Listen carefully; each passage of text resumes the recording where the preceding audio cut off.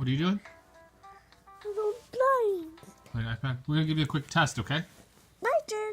So these are all lowercase letters. Can you tell me what letters? Please. What? Move me. You need a blanket fix? Say, Thank you. no. We're gonna do that just a second. Okay. Just a second. We can cover yourself up in just a second. Under. Do you want to go under the blanket? Yes. Let's do this quick. You ready?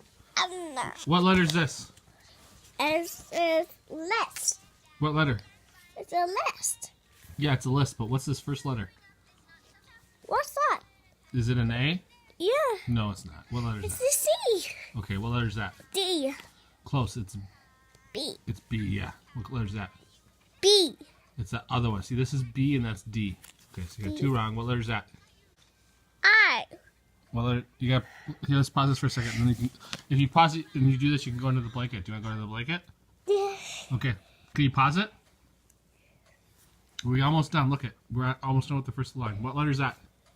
It's a P. That one's hard. P. It looks weird. No, that's a P. What letter is that? P. That's actually an A. A. What letter is that? It's hard. That doesn't look like a handwriting. F. F. Yeah. What letter is that? G. You got a lot right. That's like the R. No, it's above the R. It's above the R. What is above the R? The R's go like up. It's a Q. Cube. What letter is this? A T. Are you just joking or are you serious? It says T. That's an M. It's an M. L. L, very good. X. You know what letter that is. X. That's not an X. That's an X underneath it. What's the one above X? M. No. Here, what's above X? No. O. Oh. What letter is this? 7. That's 7. That's a 7 down there. What letter am I covering? What's 7? No, that's supposed to be a Z. It looks like a 7 though. What letter is this? R. Yes.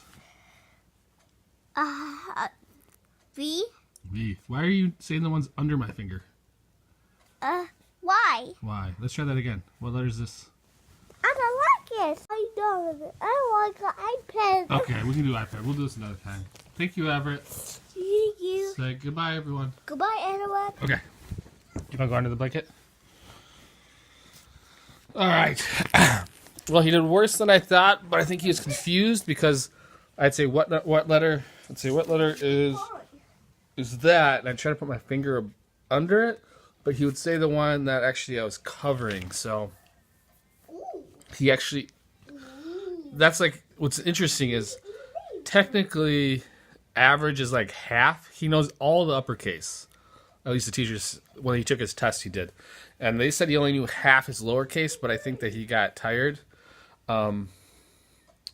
So to me, I guess my point was to show this is how Everett's in fact ahead for his age, but at the same time behind for his age. And I get the feeling that that's pretty common with, I should say pretty common with certain autistics. That's probably defeats the point of calling it common. It's I guess common, yeah. So it's common with certain autistic kids to be sort of ahead in certain areas, than behind in certain areas. So like he's way behind in communication. His handwriting is actually weirdly getting better than lately. Not necessarily writing, but he was doing circles, and he used to be terrible at circles. His sister, weirdly enough, is pretty good at them. And she's 3, but he's terrible at them. Just writing in general. So, yeah, those differences it's interesting that he can be so far ahead and so far behind at the same time. Yeah, we'll see how that plays out as he gets older and as we try to help him play off of his strengths. And not necessarily, I'm one of those people who don't think that people should. Actually, one of my favorite sayings is, learn your weaknesses and exploit them. Meaning, like, if if you can find what your weakness is and you turn your weakness into a strength, then that's awesome. Then you're going to go far. But so I don't necessarily want to, I'd like to see him being able to write his name and stuff.